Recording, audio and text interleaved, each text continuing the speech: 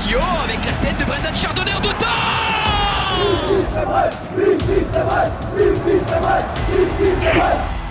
Ouest France et It West présentent toute l'actu du Stade brestois avec David Guézenec, Alexis Xaja et Laurent Frétinier.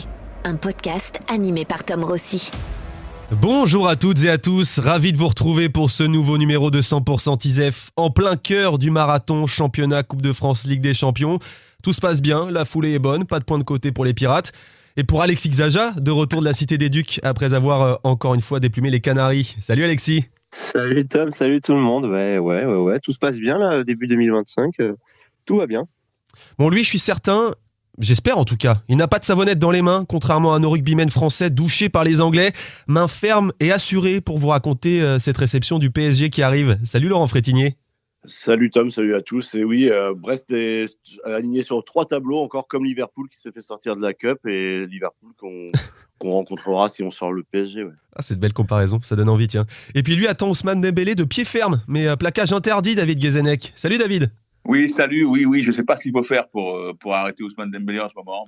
Mais on va voir ce qu'ils vont nous faire. On va essayer de trouver la solution en fin de podcast. Allez, au menu, la victoire à Nantes, après une bonne première période, la 3e victoire de suite à l'extérieur, la 3e d'affilée avant la Ligue des Champions. Les vieux démons de l'automne sont loin derrière, focus sur Ajorc qui affole les compteurs et Fèvre qui monte en puissance. Et puis évidemment, on parlera de ce barrage de Ligue des Champions face à Paris.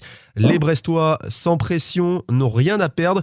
D'autant qu'en face, ce PSG-là semble bien installé sur l'autoroute du succès, régulateur automatique et fenêtre ouverte. Allez, 100% ISEF, à l'aube, on l'espère, d'une nouvelle soirée magique. C'est parti. Ici c'est vrai, ici c'est vrai, ici c'est vrai, ici c'est vrai. 100% ISEF, toute l'actu du Stade brestois. Le Stade brestois compte triple. Semaine réussie pour les Pirates, qualifiés pour les quarts de finale de la Coupe de France. Et vainqueur contre Nantes pour la 3e fois cette saison. À la Beaujoire, c'était aussi la 3e victoire de suite à l'extérieur en Ligue 1, la 3e d'affilée avant la Ligue des Champions, grâce une nouvelle fois à une bonne première période. Ça y est, les Pirates ont chassé leurs vieux démons au tonneau, Alexis, là. Ouais, c'est ça, on a l'impression que tous les défauts de la première partie de saison ont été corrigés. Tu l'as cité, il y a les premières mi-temps ratées qui aujourd'hui permettent de gagner les matchs. Il y a ces victoires à l'extérieur, ils en ont enchaîné 4, toutes compétitions confondues. Voilà, on a l'impression qu'aujourd'hui Brest a trouvé un peu son rythme de croisière. Comme face au Havre, ils ont souffert, ils ont tenu. En tout cas, ça dégage l'impression d'une équipe qui est sereine, parce que même dans l'adversité, en deuxième période, évidemment, il y a une part aussi de réussite face aux Nantais qui ont raté beaucoup, mais une équipe qui panique pas, qui sait subir et qui est de plus en plus sûre de sa force, j'ai l'impression.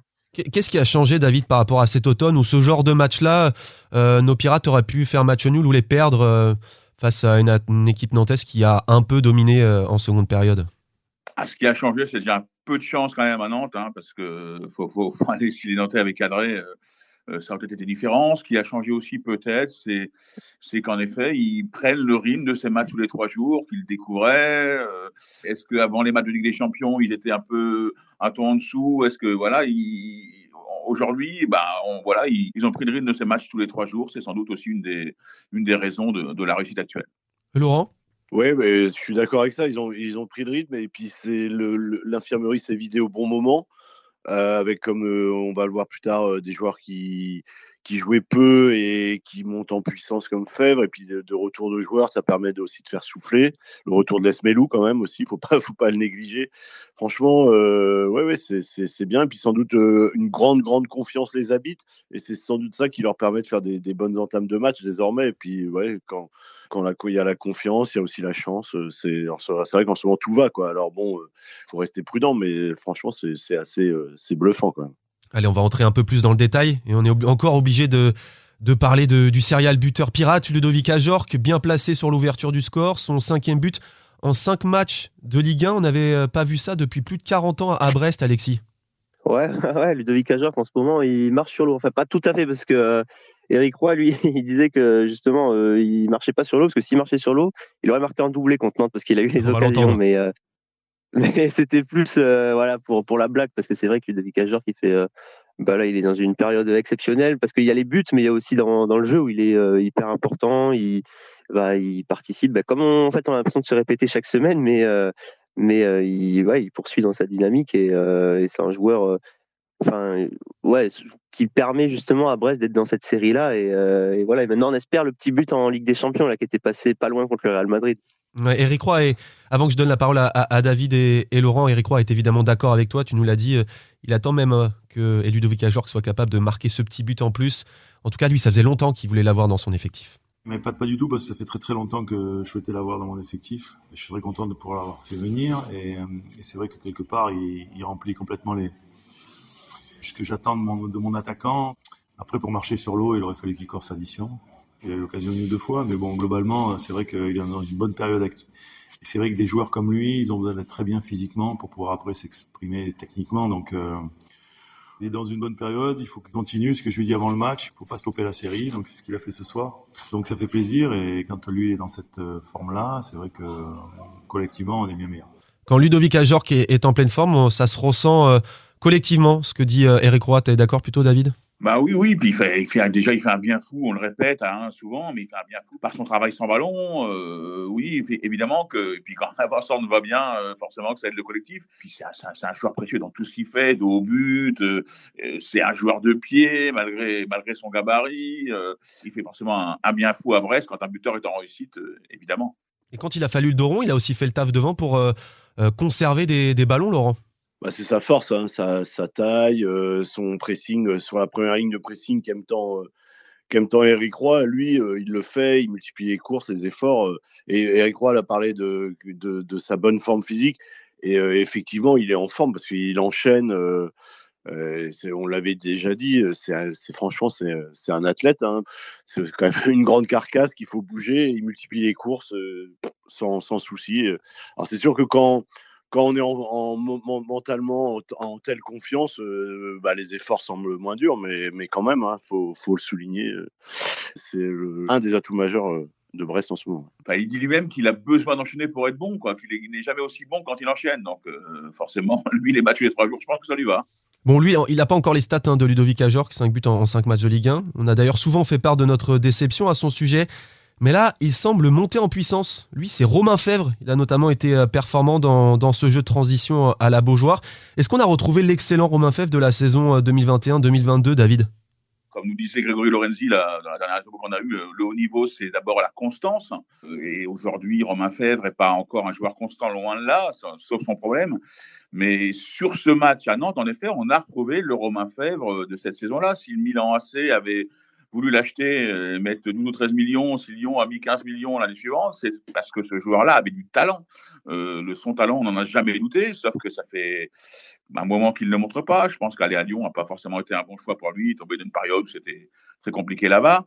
Mais c'est sa patte gauche, c'est un joueur, on connaît le talent intrinsèque, et on l'avait vu pendant un an et demi à Brest, il régalait.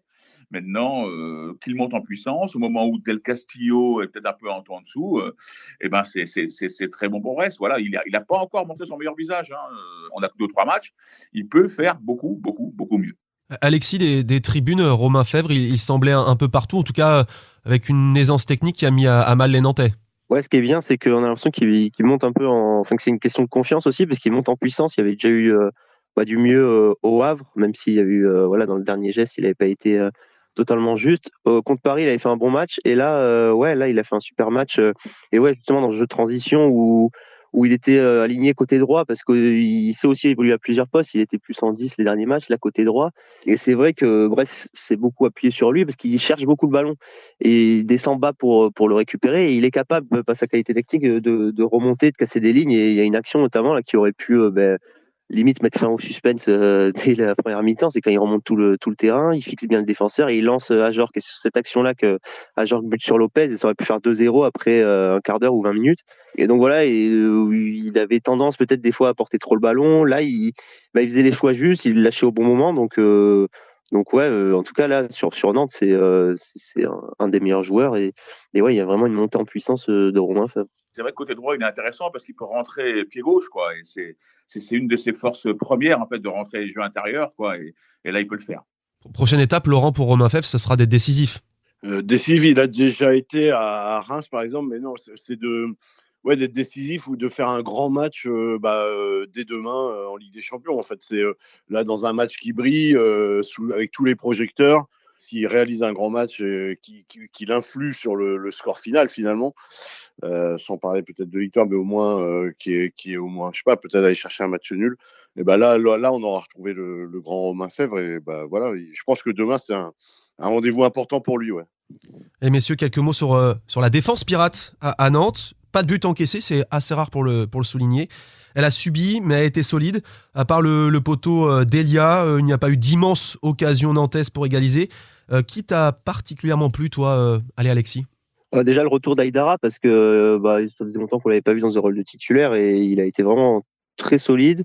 On voit qu'il est en jambes. Enfin, je pense qu'il postule là clairement pour une place de titulaire contre Paris, parce que défensivement, même offensivement, il était vraiment un très bon match. Et derrière, Ndiaye aussi qui surprend de plus en plus. Qu'on sait que Koulibaly est de retour. A priori, Koulibaly c'est quand même l'option numéro 1 en Ligue des Champions. Mais Ndiaye derrière, il est jeune, mais il confirme vraiment le gros potentiel là. Contre Nantes, c'était pas simple en fin de match. Il y avait quand même dans la surface des clients, quoi, avec notamment Mohamed, et de la tête dans le duel, il s'impose et il a fait beaucoup de bien. Et après, Chardonnay, les matchs comme ça, il est très bon. C'est dans son registre, fort dans le duel, de la tête, il éloignait tout. Donc oui, comme on disait en début de podcast, il y a eu une part de chance aussi, mais il a aussi provoqué cette part de chance en faisant douter les attaquants nantais, quoi, parce que tout était repoussé. Faire douter les attaquants nantais, notamment un certain Moses Simon qui est ultra performant avec les Canaries. On n'en a pas parlé, mais Kenny Lala a réussi à le museler. C'est pas le cas de tous les latéraux, Laurent. Quand Kenny Lala est en forme, il est capable de museler pas mal d'attaquants. On verra demain face à Barcola. Avec tout mon respect pour le Nantais, on change de dimension. Donc, mais oui, comme on disait, hein, c'est une équipe qui, en ce moment, il y a pas beaucoup de joueurs qui sont pas au top quand ils sont en confiance. On sait que c'est quand même des bons joueurs. Kenala, c'est un joueur d'expérience. C'est du bon Brest qui est lancé. On espère que justement cette lancée va continuer, qu'il n'y ait pas parce que la suite s'annonce quand même. La pente va un peu grimper. Navré, Tom, je sais que tu as un petit peu d'affection pour les Nantais, mais ça reste quand même une équipe de bas de tableau, barragiste.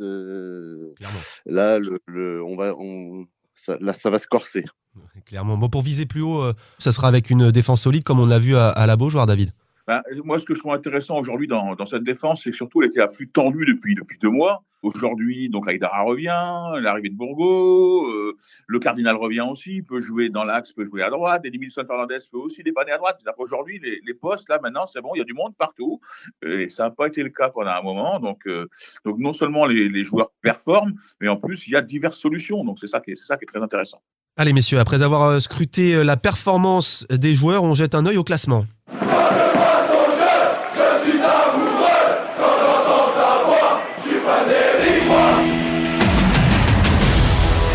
100% TISEF, toute l'actu du Stade brestois. Ce 4e succès en 5 matchs de Ligue 1 permet à Brest d'ouvrir grand la porte de la course à l'Europe. Les TISEF sont 8e, à 2 points seulement du 6e et premier européen Lyon, à 4 points du 5e Lille. Ça paraît complètement fou, on parlait d'assurer le maintien il y a seulement 1 ou 2 mois. Maintenant, clairement, l'Europe est à portée de main, Alexis. Quand on regarde le classement, c'est clair. La zone rouge, elle est à 10 points. Ils ont 31 points. Ils en visaient 35 pour être maintenus officiellement. L'année dernière, ça s'était joué à moins que ça. Donc tant qu'ils n'auront pas mathématiquement le maintien, ils resteront sur sur ce mot-là, comme la saison dernière, en fait. Mais c'est sûr que là, leur position actuelle, c'est un peu le chasseur un peu masqué là, qui est juste derrière le wagon européen. Et je pense que ça leur plaît d'être là, parce que sans se mettre forcément de pression sur une qualif européenne, ça donne du piment pour la suite de la saison. Il reste 13 matchs. Et on ne sait pas ce qui peut se passer. En tout cas, ça sera un moteur, je pense, pour chaque match, d'aller essayer de grappiller une place européenne. Et on voit que devant, ça avance pas si vite non plus. Donc il y a peut-être une possibilité. Après, il va y avoir un enchaînement de matchs encore. Il y a la Coupe de France, 2 matchs de Ligue des Champions minimum. Mais oui, c'est clair qu'en tout cas, c'est plaisant de revoir le Stade brestois à ce niveau-là, alors qu'on sait qu'ils ont connu des périodes un peu compliquées en début de saison. Et le coach Eric Roy te l'a dit en conf de presse, il reste prudent, sans se cacher pour autant. Ce qu'on voulait déjà, c'était en tous les cas pas être trop distancé. On savait qu'on perdrait des points et que ça nous coûterait un petit peu à cette Champions League, et c'est vrai que ça a été le cas. Maintenant, on se déclare pas candidat à l'Europe. Moi, ce que j'ai envie déjà, c'est qu'on assure notre maintien. Et quand notre maintien sera assuré, comme on avait fait l'année dernière, on se fixera de nouveaux objectifs. Donc pour l'instant, il y a encore 4-5 points à aller chercher. Mais il est évident que, comme je l'ai souvent dit, on a envie d'exister dans cette compétition aussi. C'est pas parce qu'on est aussi dans d'autres compétitions qu'on va galvauder dans matchs de championnat ou autre. Bon, on regarde quand même bien plus haut là, David. Ça y est, on regarde plus derrière. Ah, on regarde plus le maintien. Oui, je considère qu'aujourd'hui c'est fait, bien sûr. Enfin, c'est pas fait mathématiquement, mais oui que c'est plus le combat du jour.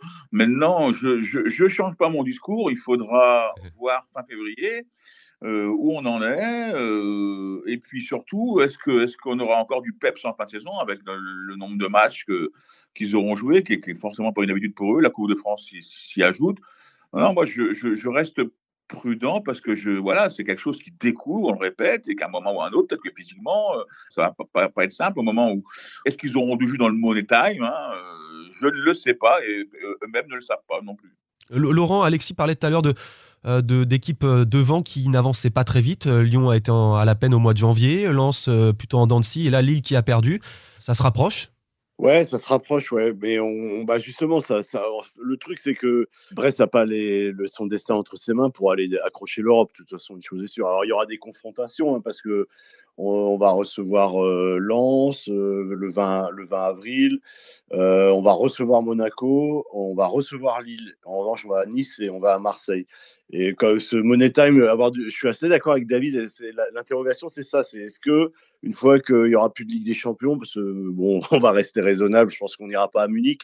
Est-ce que il y aura du jus pour dans les 4 dernières journées, on va à Marseille, on reçoit Montpellier qui jouera peut-être encore sa survie, et on recevra Lille et on ira à Nice. Donc c'est là que ça se jouera. Et avant, il y a la réception de Lens. Donc franchement, les 5 dernières journées, c'est là que tout se jouera, je pense. Alors, en attendant, il faut prendre des points. Il faudra prendre des points contre Saint-Etienne, contre des équipes réputées soi-disant plus faibles, la réception d'Angers. Ça va être compliqué, mais une chose est sûre, oui, dans 2 victoires et le maintien est assuré, parce que je pense que c'est un peu plus haut que 35 points cette année, avec finalement, ça a été assez serré. On l'a vu, on voit Rennes qui gagne 2 fois et qui se retrouve direct propulsé 11 ou 12e. En tout cas, c'est enthousiasmant. Et puis, il y a quand même autre chose. Il y a la Coupe de France qui peut donner une place européenne. Donc, plus, oui, il peut doublement donner une place européenne, parce que si PSG gagne la Coupe, le 7e sera européen. Et si Brest gagne la Coupe, il sera évidemment en Ligue Europa. Championnat, Coupe de France. Et si Brest rêvait grand aussi en Ligue des Champions? Stade Brestois, Coupe d'Europe! Stade Brestois, Coupe d'Europe! Stade Brestois, Coupe d'Europe! 100% Tisef, toute l'actu du Stade brestois. Le duel Paris-Brest, acte 2 après la claque à Le Blé, direction le Roudourou pour la revanche en Ligue des Champions. Avec le plein de confiance et sans pression, Pierre Lesmelou et ses coéquipiers n'ont rien à perdre. Nous, on a cette chance d'avoir toujours zéro complexe, de toujours jouer avec nos valeurs, avec le cœur. Donc on n'y va pas en petit enfant, quoi, si j'ai envie de dire. On va essayer de se défendre et de jouer au mieux notre carte. C'est un rêve et c'est surtout qu'on le mérite, quoi. On s'est battu l'année dernière, je pense qu'on l'a certainement pas volé, cette qualification directe, cette 3e place. Et là, on récolte les mérites. Donc je peux vous dire qu'on est tous sans pression, on est tous en plein kiff de jouer ce genre de match. D'aborder l'événement sans pression, sans complexe, est-ce que ça permet aussi de dédramatiser, de jouer plus libéré, David? Bah oui, c'est sûr. Ils ont strictement rien à perdre. En plus, c'est tout sauf le moment pour jouer Paris, donc évidemment que c'est pas simple. Ils n'ont strictement rien à perdre. Alors c'est pas leur atout premier, ils ont des atouts, ils l'ont montré contre Paris en championnat, même si le score est large, ils les ont bousculés quand même longtemps. Mais oui, évidemment, le fait d'avoir zéro pression quand l'adversaire lui a tout à perdre, c'est peut-être le truc qui peut faire basculer un match dont on dit qu'ils ont 3% de chance de le gagner en aller-retour. Donc, à voir, mais c'est en effet, peut-être l'adversaire peut déjouer, peut-être qu'ils vont être encore surmotivés, même s'ils le sont à chaque match. On va voir ça, on attend ça avec impatience. J'ai souvenir de la réception du Bayer Leverkusen, où on avait dit juste avant que le Bayer était sur une dynamique incroyable.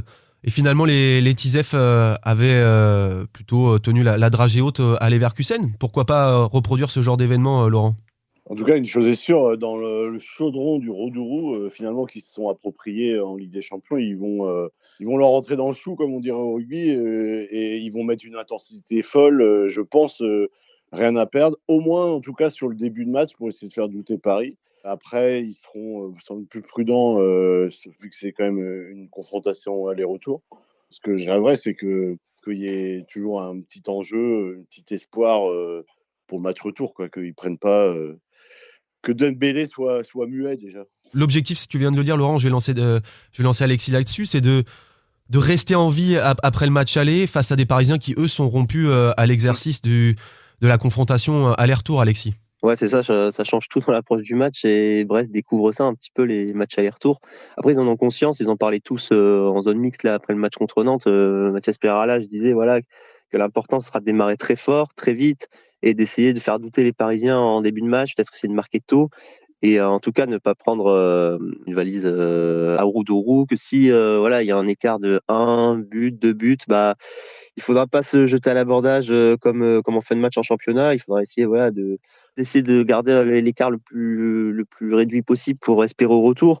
Après, Eric Roy disait aussi que c'était pas dans l'ADN de son équipe de calculer, donc c'est ça aussi qui fait sa force. Donc voilà, il faut espérer un début de match réussi, emballant et qui puisse faire douter les Parisiens. Un petit but en première période, ça serait top, ça pourrait en tout cas donner du suspense à cette double confrontation. Donc c'est sûr que le défi est énorme parce que Paris marche sur l'eau en ce moment, mais au roue de roue, c'est possible. En tout cas, moi, j'espère et j'y crois. David a dit un truc important. Parce que le chef a toujours raison, il nage bien le chef, et c'est comment Paris a la pression en fait, a tout à perdre, parce que c'est l'objectif, la Ligue des Champions pour eux, ils sont presque champions déjà, et donc ça peut peut-être les faire déjouer même s'ils sont en confiance, donc c'est un facteur important quand même. C'est pas la même compétition, ils seront sans doute aussi plus prudents quand même aussi. Je te laisse le crachoir, Laurent, pour parler du PSG et notamment de ce diable de Dembélé qui est à l'origine de cette super dynamique parisienne. Ils sont toujours invaincus en Ligue 1. Ils viennent d'atomiser Monaco le week-end dernier. Ousmane Dembélé, il faudra trouver une solution, Laurent. C'est sûr que son repositionnement dans l'axe en neuf, dans un rôle de neuf un peu fuyant, parce que il est exceptionnel. Hein. Je crois qu'il est à 13 buts en 2025. Il est le meilleur buteur européen. Il est meilleur buteur de Ligue 1, évidemment. La semaine où ils ont joué Brest, ils avaient mis triplé à Stuttgart, triplé à Brest. C'est quand même...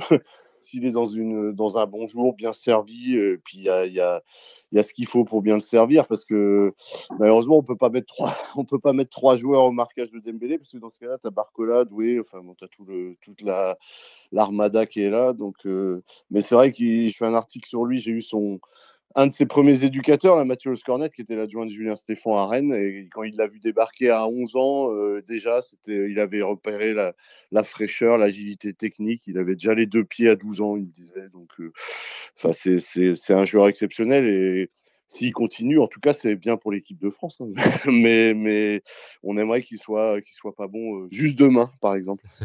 David, on en a vu des PSG qui roulent sur la Ligue 1, mais qui sont pas toujours flamboyants sur certains de leurs matchs. Là, quand ils sont venus à Leblé, objectivement, ils nous ont quand même tous impressionnés. Ouais, c'est sûr que, comme dit Laurent, il n'y a pas que Dembélé, quoi. Barcola a encore fait une grosse prestation l'autre fois. Gvara est en train de monter en puissance à tous les postes, quoi. C'est une équipe impressionnante. Donc, en effet, je ne sais pas comment, moi, trouver la solution. Je ne suis pas coach, hein, mais en effet, ça ne va pas être simple. Alors, comment et avec qui jouer pour exister, les embêter les Barcola, Gvara, Dembélé, puis aller essayer de marquer un but à Donnarumma. Eric Roy semble avoir plus d'armes qu'il y a quelques semaines. Les blessés sont de retour, notamment... on a Zogbe qui a intégré la liste UEFA. On pourrait le voir aligné, Alexis ? Aligné, je pense pas. Surtout qu'il y a Massadio Aidara qui est bien revenu à gauche, latéral gauche. Et c'est là où jouait Zogbe ces derniers temps pour justement compenser toutes ces absences. Moi, je vois bien Aidara démarrer, surtout après son match contre Nantes. Et après, je pense qu'il va rester dans du classique. Il va pas chambouler son équipe. Koulibaly devrait, a priori, revenir dans le 11. Devant, voilà, la question, c'est plutôt dans l'animation offensive. Est-ce que, on en parlait tout à l'heure, est-ce que Romain Fèvre, il va justement de nouveau l'aligner pour profiter de la confiance qu'il a en ce moment? Je pense que oui, je sais pas, mais en tout cas, c'est sûr que devant, il y a plus d'options. Mais il y a aussi des formes différentes. Donc, je pense qu'il va un peu s'appuyer sur la confiance et la forme du moment. On joue avec qui, Laurent ? La compo de vendredi à Nantes me semble pas mal. Son Del Castillo, même s'il revenait de son forfait et pas dans une grande confiance et une grande forme, moi je crois qu'il faut profiter de la forme ascendante de Fèvre. Tu peux pas te priver d'Ajorc devant, et Sima à gauche, c'est aussi l'homme de la Ligue des Champions depuis le début de cette campagne. Voilà, et puis le trident au milieu, moi quelque chose du classique, comme disait Alexis, franchement. Il y a moyen après par touche pour le match de vendredi contre Auxerre de justement les joueurs fatigués, de les changer vu que derrière il y a ce qu'il faut. Et puis j'ajoute que si Jogbé est ajouté sur la liste, en Coupe d'Europe, tu peux mettre 23 joueurs sur la feuille, donc voilà, tu as des remplaçants, quoi. C'est juste ça, et au cas où il y ait une hécatombe de blessures d'ici là, et puis aussi pour récompenser l'investissement du gamin qui fera le déplacement au parc et qui sera demain au Roudourou, il sera sur la feuille vu qu'avec 23 noms, c'est possible. David, on laisse Fèvre et Sima accompagner Ajorc sur le front de l'attaque? Ouais, comme disent les collègues, faut faire confiance aux joueurs en confiance. Sima est en Ligue des Champions, Fèvre l'est en ce moment, York en pleine balle. Et puis le retour de Lesmelou fait aussi que peut-être on reste dans un schéma classique. Ça, on a beaucoup gagné l'année dernière avec Lesmelou en point de basse. Donc voilà, est-ce qu'il ne faut pas reproduire ce schéma-là dans un contexte où on peut peut-être un peu se rassurer aussi? Et je vois du classique là, également comme les copains. Allez, avant de se quitter pour mieux se retrouver à Guingamp, messieurs, c'est l'heure des pronostics. On vous a demandé, chers auditeurs sur Facebook, quelle sera l'issue de ce score. Et vous êtes plutôt chauvin, comme Pierre-Yves Moral qui voit 3-0 pour Brest, Patrick Lepage 2-1, David Ripoll 2-1 aussi. Fanchemé voit l'inverse du championnat, 5-2 pour les Tisef grâce à un triplé d'Ajorc. Ce sera 2 partout pour Nadine Autray, peut-être un peu plus réaliste. Et vous, est-ce que vous êtes chauvin ou plutôt réaliste, Alexis? Allez, 1 partout pour garder l'espoir pour le match retour. David? Pareil, 1 partout, contrairement à Fanchemé et son 5-2, j'y crois pas quand même. 1 partout. Et Laurent? Moi je vais dire, allez, 2 partout pour voir, on va espérer des buts un peu plus, et on va dire 2 partout, je sais pas, un but en fin de match pour redonner l'espoir de, je sais pas qui, un rentrant peut-être, un remplaçant, un truc sympa, une frappe de loin, Del Castillo peut-être. Moi j'espère comme vous un match nul, très sincèrement, comme ça en plus on va s'offrir un match retour au parc avec énormément de suspense. En revanche je vois plutôt une défaite peut-être bien plus courte qu'à Le Blé, une défaite probablement 2-1. Et on verra ça donc ce mardi à la fin de ce match aux alentours de 20h30, 20h45, 100% Tisef. C'est fini, merci de nous avoir suivis, merci Laurent, merci David et Alexis, on se retrouve en tribune à Guingamp avec beaucoup de plaisir. Bonne semaine et bon match.